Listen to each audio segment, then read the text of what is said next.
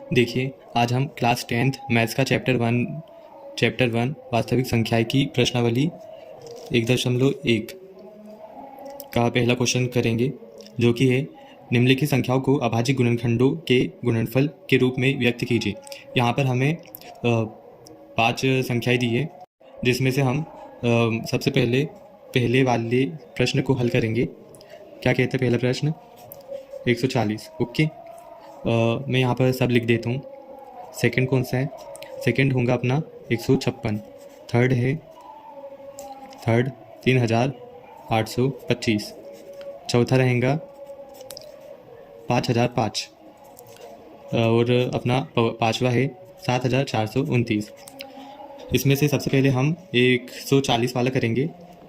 तो देखिए, फर्स्ट 140 हल। आप ना इस क्वेश्चन को ज़रा ध्यान से समझिएगा, क्योंकि ये 2023 में बहुत ही इम्पोर्टेंट माना जा रहा है। तो फिर देखते हैं। अभाज्य गुणनखंड विधि, मतलब इनका हमें गुणनखंड निकालना है। आपको अभाज्य गुणनखंड विधि पता होंगी, जो कि इस प्रकार है। पहले हम लिख लेते हैं अभाज्य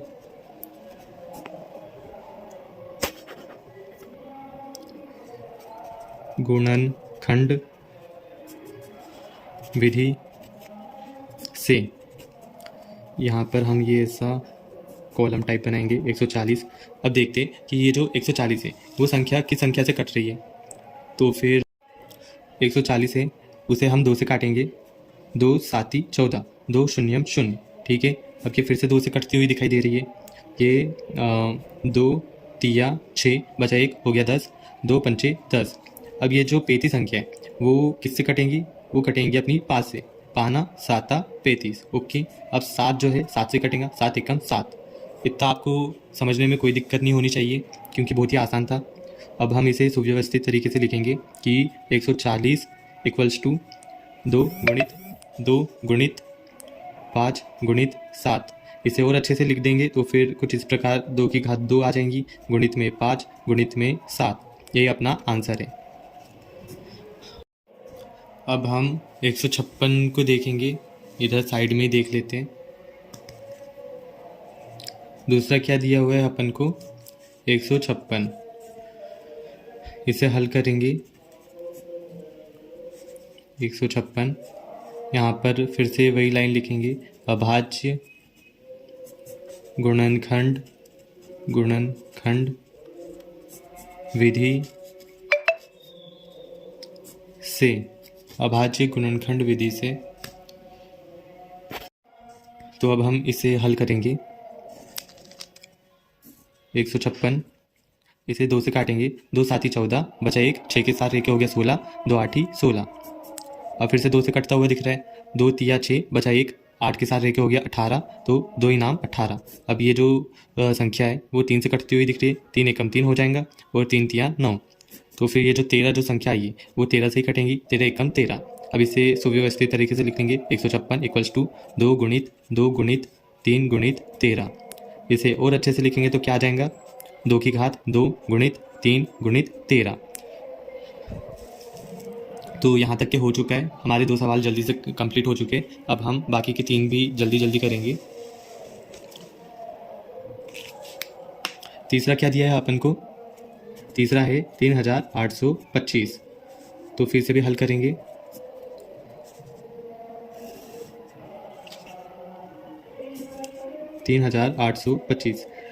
मैंने यहाँ पर 140 जिस प्रकार लिखा था और फिर एक लाइन लिखी थी अभाज्य गुणनखंड विधि से, उसे मैं अभी छोड़ रहा हूँ। आप ज़रा ध्यान रखिएगा कि ऐसा अपन को लिखना है।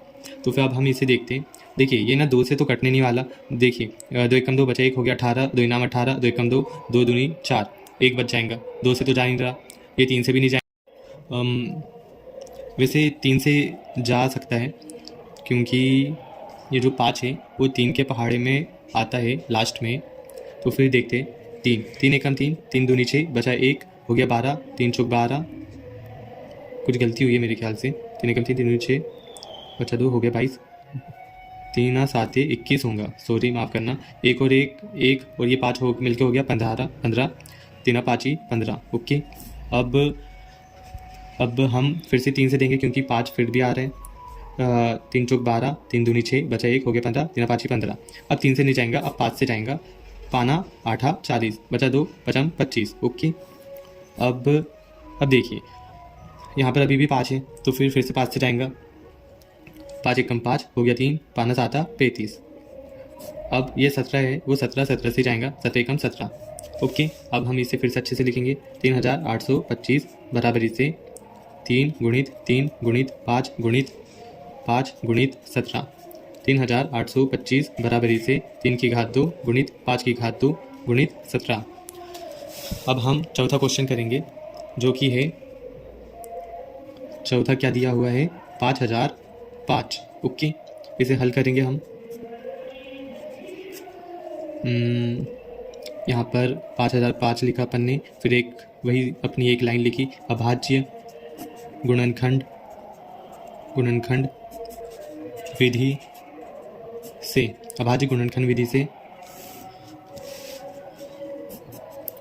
5005। 5 से देंगे हम, 5 एकम 5, 5 शून्य शून्य, 5 शून्य शून्य और 5 एकम 5। अब ज़रा बताइए ये संख्या अब किससे जा सकती है।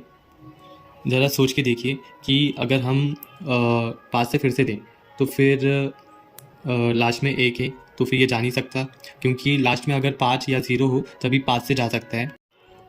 तो हम 6 से भी ट्राई करेंगे, तो फिर अब हम देख सकते हैं कि 6 से भी नहीं जाएंगे ये, तो फिर हम 7 से ट्राई करेंगे। 7 एकम 7, बचा 3, 0 के साथ रह के हो गया 30। 7 चौक 28, बचा 2, हो गया 21। 7 तिया 21, बहुत बढ़िया। अब ये किससे जा सकता है, देखो जो 143 है, ये 11 से जाएगा। कैसे, देखिए ये 11 एकम 11 लिख दिया अपन ने। ओके, इसमें से 3 बचा, 3 के साथ रह के हो गया 33। 11 तिया 33। अब ये जो 13, ये तो आपको आराम से समझ में आ रहा होगा कि ये जो 13 है वो 13 से ही जाएगा, 13 एकम 13। अभी हम इसे फिर से अच्छे से लिखेंगे। 5005 इक्वल्स टू 5 गुणित 7 गुणित 11 गुणित 13, और यही अपना आंसर है।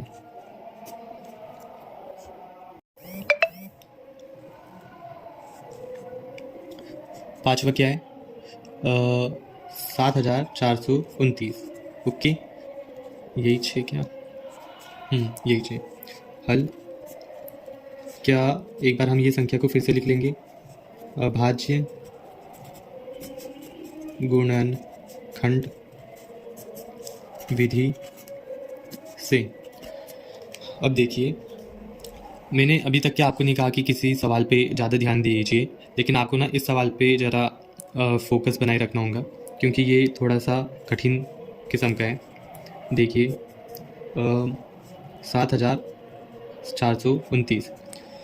अब हम देखते हैं, यहाँ पर ना 2 से भाग नहीं जाएगा, क्यों, क्योंकि देखिए 2 तिया 6, बचा 1, हो गया 14, 2 साथी 14, 2 एकम 2, 2 चौक 8।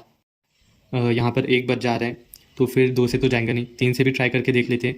2 तिया 6, बचा 1, 4 के साथ रह के हो गया 14, 3 चौक 12, बचा 2, हो गया 22, 3 7 21, बचा 1, 9 के साथ रह के हो गया 19। तो फिर यहाँ पर 3 से भी जाता हुआ नहीं दिख रहा है, क्योंकि 3 छंग 18 हो जाएगा और 1 फिर भी बच जाएगा। तो फिर ऐसे आप अगर आगे चलते जाएंगे, 4 से देंगे, 5 से देंगे, 6 से देंगे, 7 से देंगे, 8 9 10 11 12 13 14 15 16, यहाँ तक के किसी भी संख्या से नहीं जाने वाला।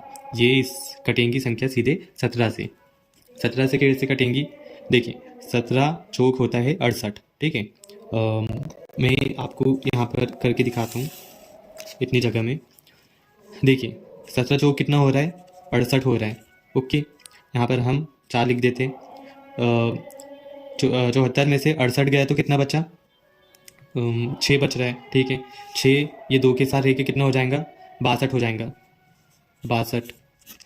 तो फिर अब 17 का पहाड़ा ऐसा पढ़ो कि 62 हो जाए या इससे कम हो जाए, तो फिर कितना, 17 तिया 51 होता है, 17 तिया 51। तो फिर अब इसे घटाइए, कितना बच रहा है, 1 बच रहा है, 1 बच रहा है। ओके, ये 11 जो है, ये 11 अपने 9 के साथ रह के कितना हो जाएगा, 119। अब 17 का पहाड़ा ऐसा पढ़िए कि 119 हो जाए या फिर उससे कम हो जाए, तो फिर यहाँ पर आएगा 17 साते 119। क्या कहा मैंने? 17 साते 119 होता है। तो फिर यहाँ पर हम लिख लेंगे 17 साते 119। पूरा का पूरा भाग चला गया है। अब हम देखेंगे कि 17 से जा रहा है या नहीं जा रहा है। देखिए अब 17 से भी नहीं जाएगा, ना ही 18 से जाएगा। अब यहाँ पर जो 437 है ये 19 से कटेंगी, तो फिर हम लिख लेते 19। देखिए 19 का पहाड़ा ऐसे पढ़िए कि 43 से कम हो या फिर पूरा पूरा 43 आ जाए। तो फिर 19 दूनी होता है 38। क्या कहा मैंने? 19 दूनी 38। तो फिर यहाँ पर हम दूनी लिख लेते 38। ठीक है। अब 43 में से 38 गया तो कितना बचा? 5 बचा। और ये 7 के साथ रहकर कितना हो जाएगा? 57। अब 19 का पहाड़ा ऐसा पढ़िए कि 57 हो जाए या फिर 57 से कम।